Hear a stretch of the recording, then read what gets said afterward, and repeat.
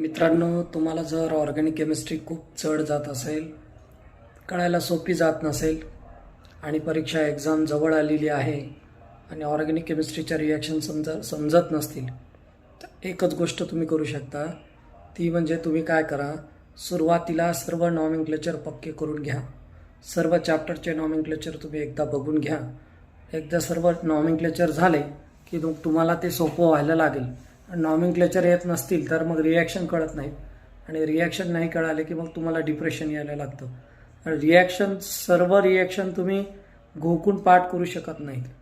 It's not possible. भरपूर reaction आहेत, ते घोकून पाठ न समजता रिॲक्शन करणं म्हणजे मूर्खपणा ठरेल.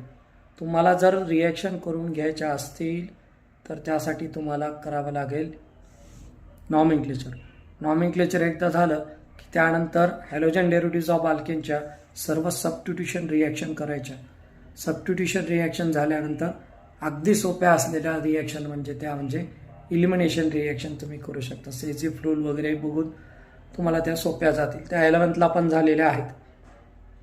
त्यानंतर मग तुमचा टर्नआउट अल्कोहोल फिनॉल इथर यांच्याकडे न्या. अल्कोहोल फिनॉल इथर सुद्धा सबस्टिट्यूशन रिॲक्शनच आहेत मॅक्झिमम आणि काही इलिमिनेशन रिॲक्शन आहेत. त्या समजायला तुम्हाला सोप्या जातील. अल्कोहोल फिनॉल इथर फिनॉलच्या ज्या काही 4 मेथड्स आहेत, प्रिपरेशन मेथड, त्याही समजून घ्यायला सोप्या जातील. त्या पाठच करून घ्यायच्या. एक रिॲक्शन कमीत कमी 3 ते 4 वेळा लिहून काढत जा रफ पेजवर. त्यानंतर ती पाठ होऊन जाते, समजते. अगदी आपल्या आता काही रील्स येतील पुढे, त्यात तुम्हाला त्या कशा समजून घ्यायच्या त्याही कळून जाईल.